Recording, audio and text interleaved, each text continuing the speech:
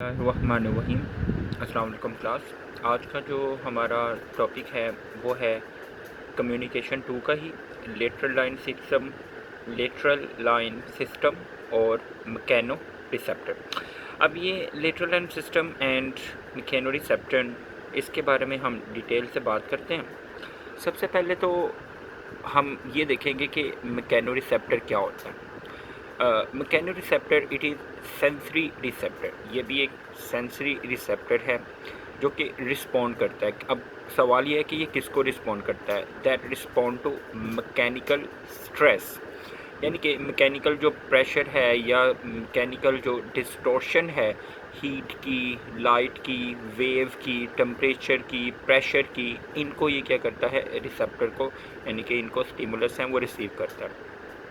अब ये नॉर्मली तौर पे ज़्यादा वाज़ेह जो है मैकेनो रिसेप्शन हर तरह के ऑर्गेनिज्म में होता है, वर्टिब्रेट्स में, लेकिन स्पेशली तौर पे वो कह रहे हैं कि जो फ़िश हैं, in the fishes mechano reception that concern the inner ear and the lateral line system. और लेटरल लाइन सिस्टम है शार्क का, फिश का, एम्फीबियंस का।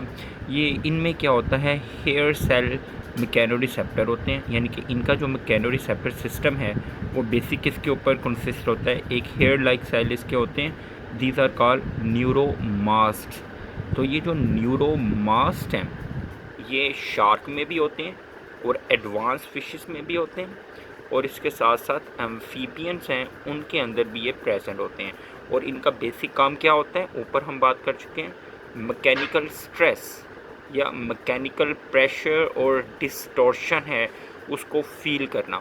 अब ये जो मैकेनिकल स्ट्रेस, प्रेशर और डिस्टॉर्शन है, अब ये किसके लिए हो सकती है? वाटर की तरफ मूव करने के लिए, उससे अवे मूव करने के लिए, फूड की तरफ जाने के लिए, मेटिंग के लिए, अपने प्रे से, प्रीडेटर से, इन तमाम चीज़ों के लिए ये वाली मैकेनो रिसेप्शन है, या फिर ये जो मैकेनिज़्म है मैकेनो रिसेप्शन का, ये प्रेजेंट होता है। नेक्स्ट इसमें आ जाता है वेयर इट इज़ प्रेजेंट। ये जो मैकेनो रिसेप्टर है, लास्ट जो हमारा टॉपिक था उसमें भी हमने डिस्कस किया था, that is actually not present in head region. ये क्या होता है? बॉडी के ऊपर स्पॉट्स होते हैं, पिट्स होते हैं, ये उन स्पॉट्स के अलोंग क्या होता है? ये प्रेजेंट होते हैं। और अगेन ये बात कर चुके हैं, ये किसको रिस्पॉन्सिव होते हैं? लोकल वाटर डिस्टर्बेंस, वाटर के अंदर जो डिस्टर्बेंस आ रही होती है ये उसको रिस्पॉन्ड करते हैं। और इसके साथ साथ वाटर करंट है, उनकी डायरेक्शन क्या है, उसकी फोर्स क्या है, उसके ऊपर फोर्स कितनी लग रही है, या फिर दूसरे ऑर्गेनिज्म की मूवमेंट को फील करने के लिए, या अपना जो प्रे है उसको फील करने के लिए, उसकी तरफ मूव करने के लिए ये मैकेनो रिसेप्टर हैं, ये इस्तेमाल करते हैं फिशेस, एम्फीबियंस और जो दूसरे वर्टिब्रेट्स होते हैं। नेक्स्ट है topic hearing and equilibrium in air. हमारे यहाँ पे दो टॉपिक हैं इस सीरीज़ के, एक hearing and equilibrium in air है और दूसरा जो है hearing and equilibrium in water है। हम hearing and equilibrium in air है, ये आपका एक बेसिक कॉन्सेप्ट है, इसको पहले हम स्टडी करेंगे। और इसमें सबसे पहले साइकोलॉजी है, जो इसकी फिजियोलॉजी है वो हम स्टडी करेंगे हियरिंग की। ये तीन टर्म्स हैं जिसके जानना आपका ज़रूरी है। What is actually sound? That is the form of the wave that propagate, यानी कि एनर्जी की वो वाली फॉर्म है जो कि वेव्स की फॉर्म में होती है, वो प्रोपागेट हो रही होती है। तो sound that is the form of energy that propagate in form of wave. तो साउंड एक एनर्जी की फॉर्म है जो कि वेव्स की फॉर्म में क्या करती है? ट्रैवल करती है, प्रोपागेट करती है। ये एक वर्ड है ट्रांसडक्शन, ये हम पढ़ चुके हुए हैं। स्टिमुलस है, बॉडी के एक पार्ट से, बॉडी के एक ऑर्गन से दूसरे ऑर्गन या दूसरे बॉडी के पार्ट तक जो मूव करता है उसको हम किसका नाम देते हैं? ट्रांसडक्शन का नाम देते हैं। नेक्स्ट आ जाता है इक्विलिब्रियम। इक्विलिब्रियम कोई भी ऑर्गेनिज्म की बॉडी की पोजीशन है उसको मेंटेन करना किसके against? Relative to force of gravity. दुनिया में जितने भी ऑर्गेनिज्म हैं, हर किसी ऑर्गेनिज्म के ऊपर जो ग्रेविटी की फोर्स है वो एक्ट कर रही है, उस ग्रेविटी की फोर्स के अगेंस्ट वो ऑर्गेनिज्म अपने आप को स्टेबल रख रहा है, और ये जो इसका स्टेबल रखना है ये क्या कहलाता है? इसकी इक्विलिब्रियम कहलाता है। नेक्स्ट हम इंट्रोडक्शन की बात करें तो नॉर्मली वो कह रहा है कि जो ईयर हैं ये मतलब जो लैंड वर्टिब्रेट्स हैं एयर के अंदर, उसमें ईयर है वो एक्चुअली इक्विलिब्रियम का काम करता है, वो हियरिंग का काम करता है। So ear that consist of 3 part, external, middle and inner. और वो कह रहे हैं कि इसका ना डुअल सेंसरी फंक्शंस हैं, इसके 2 फंक्शंस होते हैं। एक इसका फंक्शन होता है हियरिंग का, उसके साथ साथ ये क्या काम करता है, इक्विलिब्रियम का। तो इसका मतलब ये हुआ जो एयर के अंदर हियरिंग है और इक्विलिब्रियम है वो किसके ज़रिए से मेंटेन होता है, वो ईयर के ज़रिए से मेंटेन होता है। अब वो कह रहे हैं कि ये जो हियरिंग और इक्विलिब्रियम है ये एक्चुअली कहाँ पे रिसीव्ड हो रहे होते हैं, इनर ईयर में रिसीव होते हैं। अब इनर ईयर के अंदर 2 फंक्शनल यूनिट होते हैं, यानी कि जो हियरिंग और इक्विलिब्रियम है आउटर से मिडल से किसकी तरफ मूव करता है, इनर ईयर। तो इनर ईयर के ना 2 यूनिट होते हैं, हम इनको ना डिटेल के साथ पढ़ेंगे भी, ये एमसीक्यू के लिहाज से इम्पोर्टेंट है। एक है इसका एडोट्री अपरेटस। एडोट्री अपरेटस इसका बेसिक काम, एडोट्री जो कनाल है, नर्व्स हैं, उन्हीं में इसमें शामिल है और वो हियरिंग का काम कर रहा होता है। दूसरा होता है इसमें वेस्टिब्यूलर अपरेटस, और ये जो वेस्टिब्यूलर अपरेटस है ये इसका काम क्या होता है, बॉडी का पोजीशन, बैलेंस यानी कि बॉडी की इक्विलिब्रियम है उसको मेंटेन करना।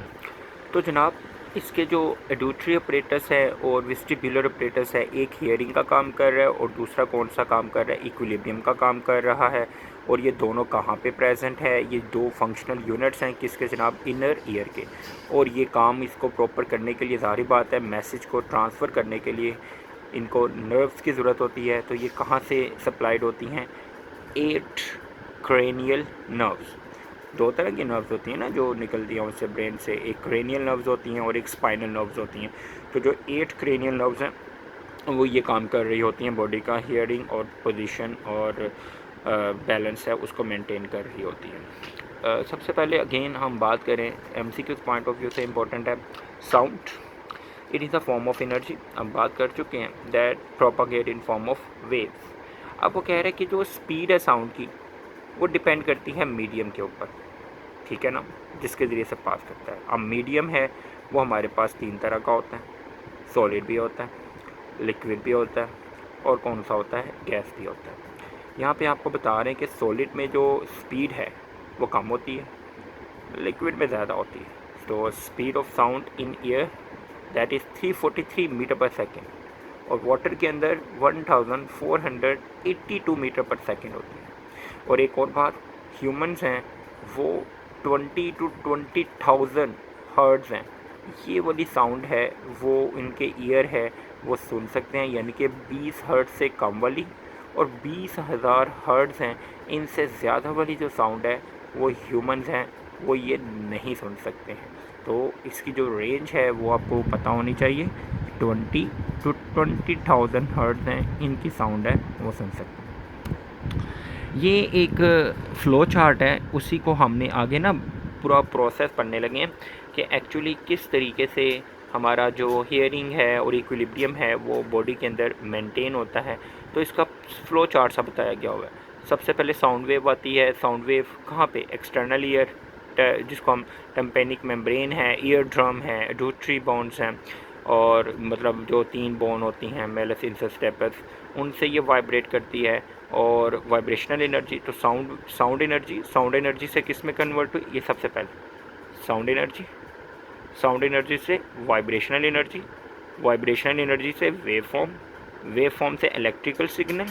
ये इलेक्ट्रिकल सिग्नल हैं ये क्या होते हैं, हेयर सेल्स होते हैं और कॉक्लियर एडोट्री नर्व्स होती हैं, वो लेके जाती है किस तक, ब्रेन तक, और ब्रेन से फिर हमें कौन सा प्रोसेस होता है, हियरिंग है, तो उसका प्रोसेस होता है। तो आपने देखा कि हियरिंग के प्रोसेस के लिए आपके पास जो एनर्जी है वो डिफरेंट फॉर्म्स में कन्वर्ट हो रही होती है। साउंड एनर्जी से वाइब्रेशनल एनर्जी से वेव फॉर्म से इलेक्ट्रिकल सिग्नलिंग से उसके बाद ब्रेन से उसके बाद क्या होती है, वो हियरिंग है, उसका प्रोसेस वो कंप्लीट हो रहा होता है। नेक्स्ट आ जाता है कि स्टेप्स क्या हैं, कौन कौन से इवेंट्स हैं। जो अभी आपने ये पीछे ये फ़्लो चार्ट पढ़ा है, इसी फ़्लो चार्ट को अब हम इसको स्टेप बाय स्टेप है वो देखेंगे कि ये स्टेप बाय स्टेप किस तरीके से ये कंप्लीट होता है। और इसके जो स्टेप्स हैं, what are the events that are involve in hearing, हम इंशाल्लाह इसको नेक्स्ट वीडियो में अभी डिस्कस करते हैं।